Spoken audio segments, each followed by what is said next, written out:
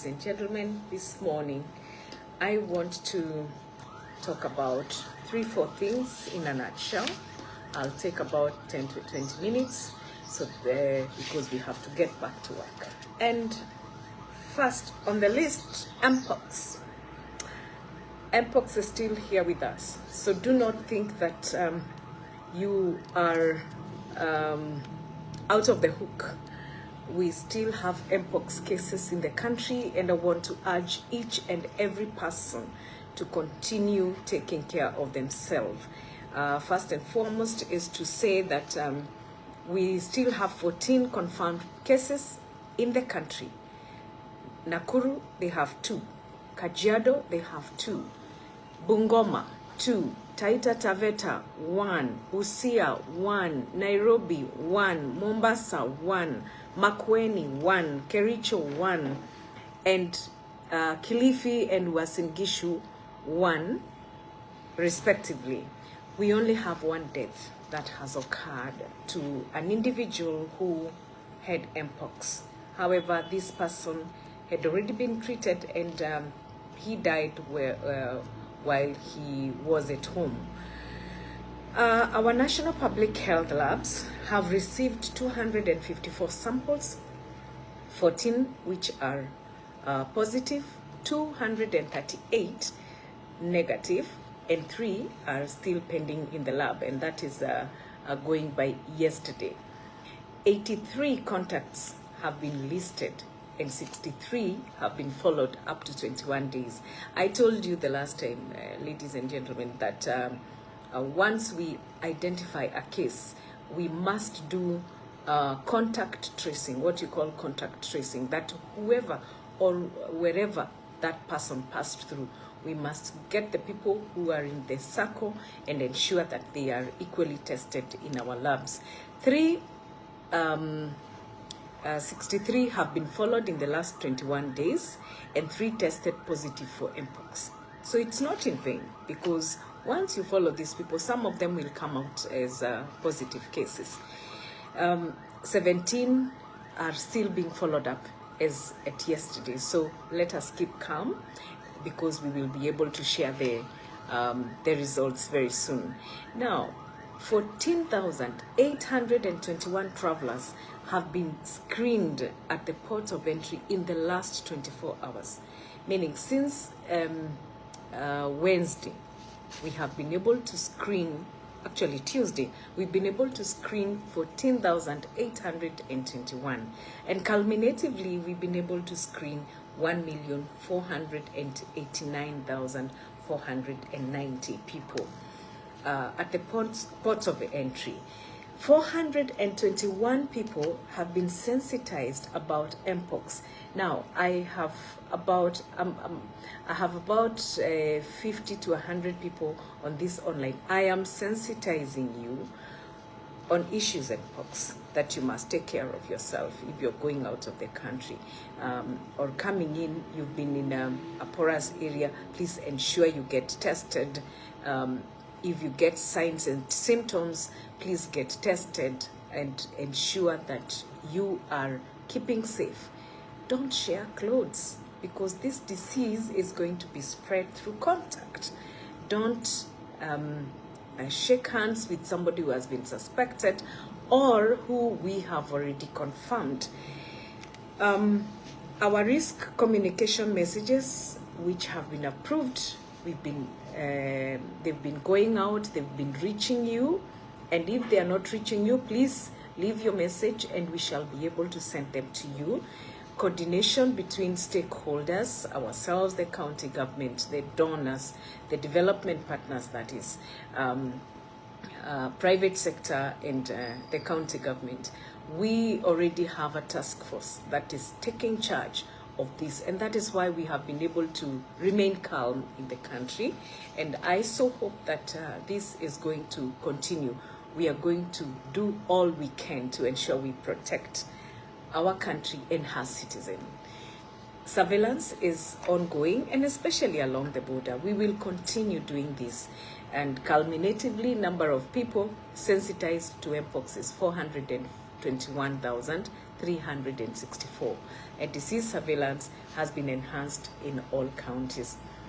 I have talked about the laboratory samples that we have been able to do, about risk communication. Ladies and gentlemen, please note that there is mpox, monkeypox. Take care of yourself. Wash your hands at all times. Do not share clothing or do not share bathing towels. Ensure this message reaches out to your people, the people that you care about, the people around your circle, the people who you work with.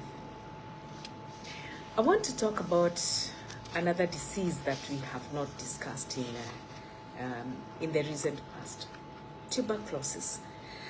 I want to tell you that tuberculosis, leprosy, and lung disease, we have a program in our State Department, the State Department for Public Health and Professional Standards. And in the last few years, we have been able to achieve a number of things. Remember, tuberculosis can equally be linked to other diseases like HIV. You know, it's a ripple effect. Therefore, in our State Department and on behalf of the ministry, we have been able to enhance diagnostic approaches for tuberculosis. We have leveraged on technology by deploying artificial intelligence for interpretation of digital chest X-rays in 55 health facilities in Kenya.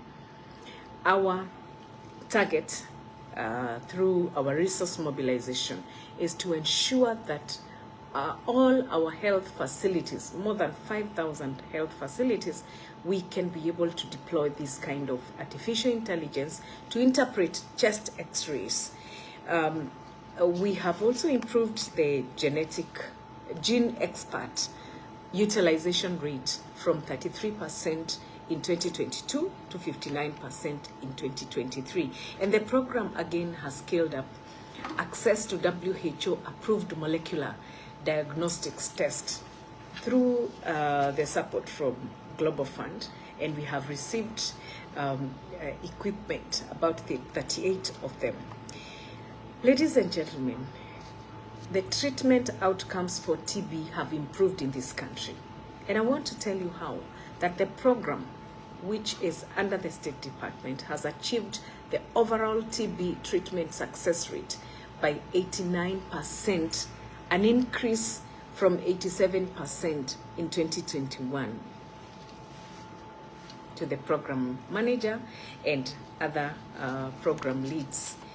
The program has undertaken capacity building of healthcare workers in preparation for the rollout of the 4-month shorter-term treatment regimen for children with non-severe TB. Remember, there has been a time that you're treated for so many months, but at this time, the program has adopted a shorter time treatment for children, and especially the treatment regimen for children with non-severe TB. Successful treatment, 92% of children with TB in 2022, an improvement from 91% in the previous cohort. And what about the co-infection between TB and HIV? We have ensured that 98% all of persons with TB were tested for HIV. If you detect you have TB, please ensure you are also tested for HIV. Don't let that pass. You go to hospital and the doctor tells you, hey, kifua yako inashinda ikikusumbua, please get tested for HIV equally. And we have achieved 98.2% uptake of antiretroviral therapy among persons with TB who are diagnosed with HIV co-infection. So please, don't say I never told you. The next point, which is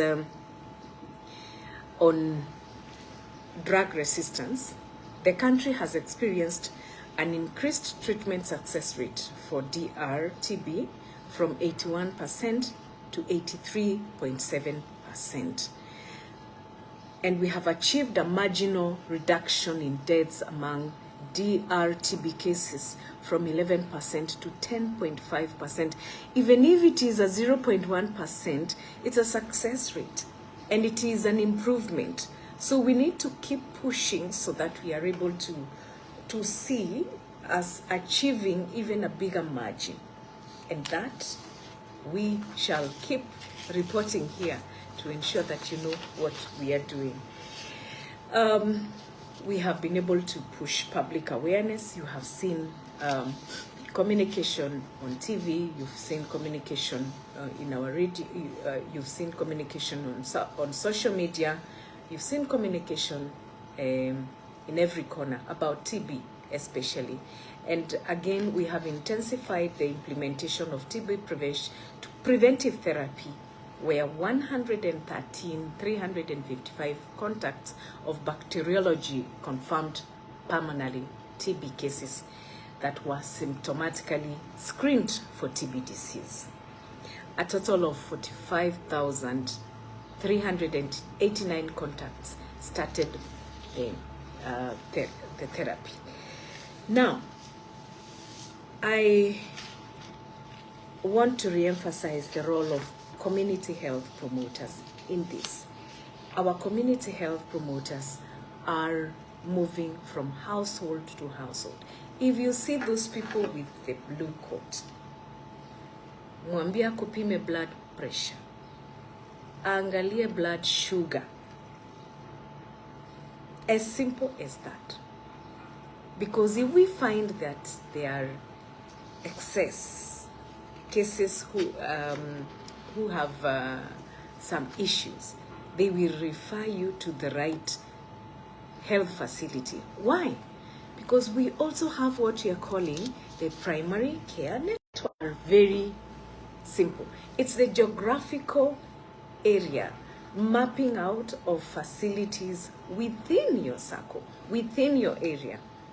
So where you live, you're supposed to be knowing whether you have a level 2 facility, level 3, level 4, and other tertiary, secondary and tertiary health facilities.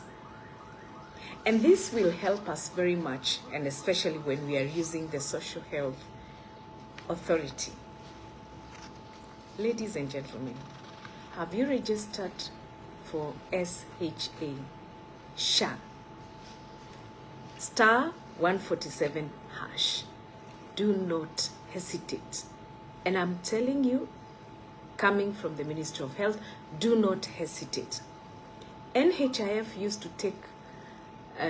to give services, offer services, or used to cater for services for only 20% of Kenyans.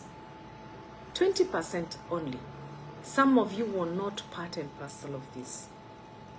Right now, we are moving to 100% enrollment to Social Health Authority. Every Kenyan must be treated in any facility in this country that you visit. And the one thing that you must use is the referral system. Our level 1 is the CHP. Our level 2 is the dispensary that is near you. Then level 3, which is the health center, and the rest which are secondary and tertiary facilities. So you will be referred in a systematic manner. And when you go to the level 2 and 3, you must not pay. Actually, level 1, 2, and 3, you must not pay, because the CHP will take your blood pressure and blood sugar for free. Level 2, you go and see the nurse, you will not pay. You only need to register for Social Health Authority and pay.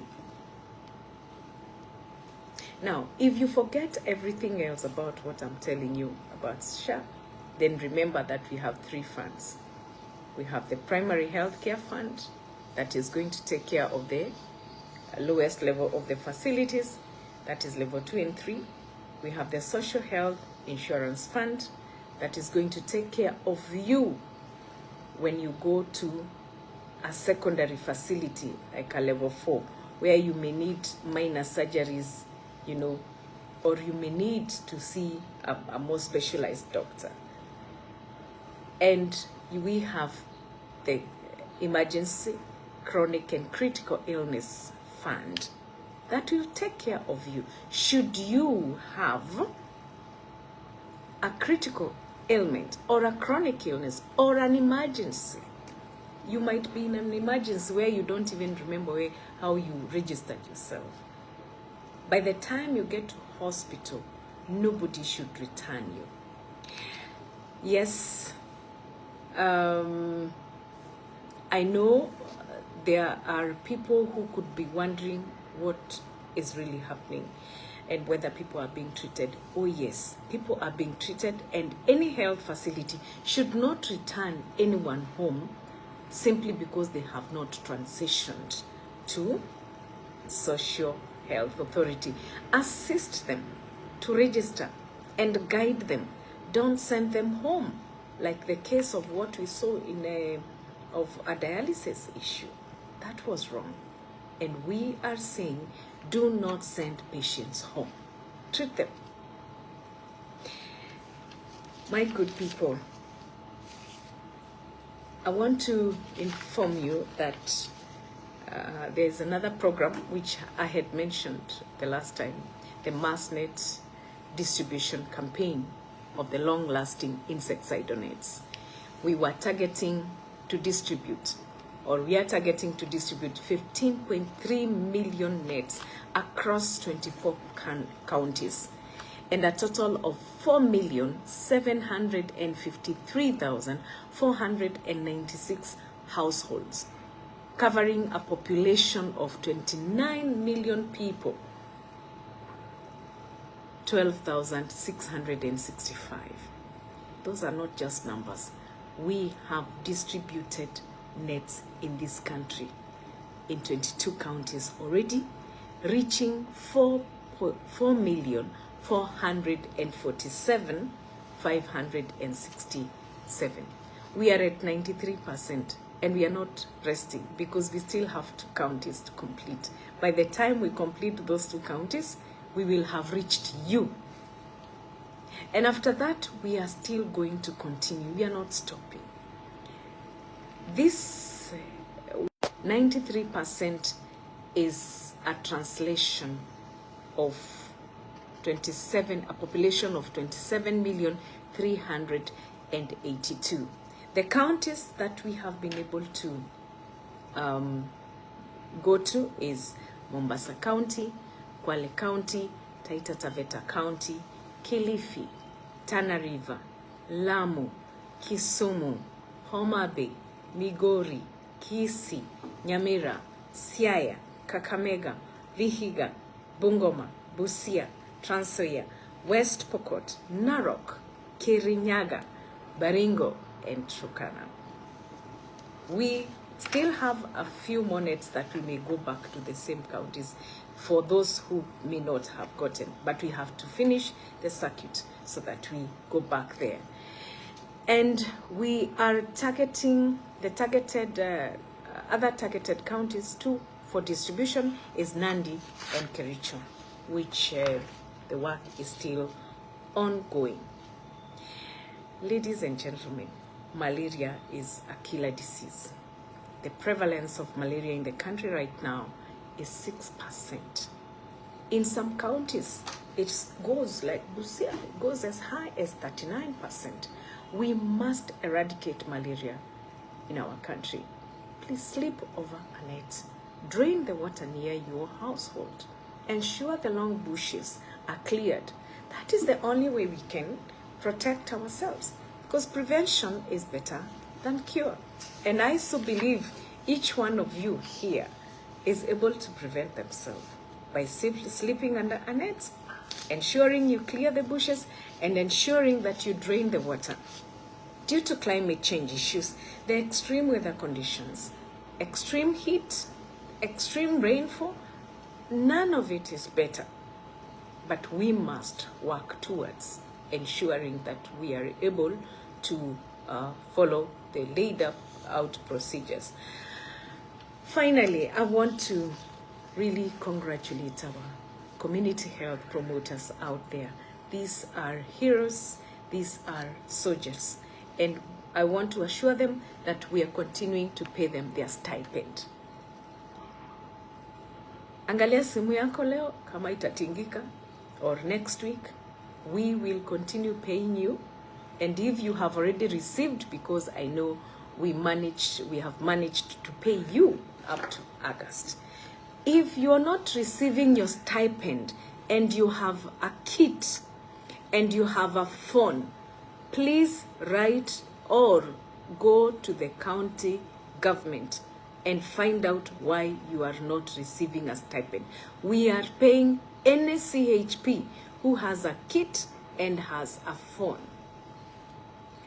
I want to congratulate you, the CHPs, for the good work that you have done. You have been able to register 8.1 million households in this country. We are targeting to register 12.5 million households, alongside what you're doing with the Social Health Authority. And 6.49 million people have been screened for diabetes. And out of this, 126,000 have been referred to a health facility for further testing and management. 4.5 million people have been screened for hypertension, and out of this, 318 were referred to a health facility for further assessment and management.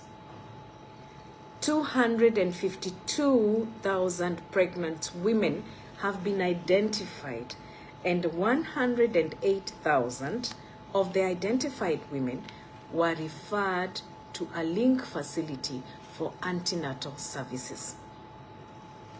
And for children below 5 years, 4.5 million children have been assessed for common childhood illnesses like malnutrition, diarrhea, malaria, pneumonia, name them. They have been assessed at the household level. And this, we are looking forward to ensure that we are continuing to serve them and serve Kenyans. So congratulations to our CHPs. I want to encourage you to continue serving the people at the household level. These numbers that I've mentioned, people who have been screened, and out of that, people who have been referred to a health facility, it means we have working patients out here. It could be you. Get tested. Ladies and gentlemen, it's a Friday. Ciao.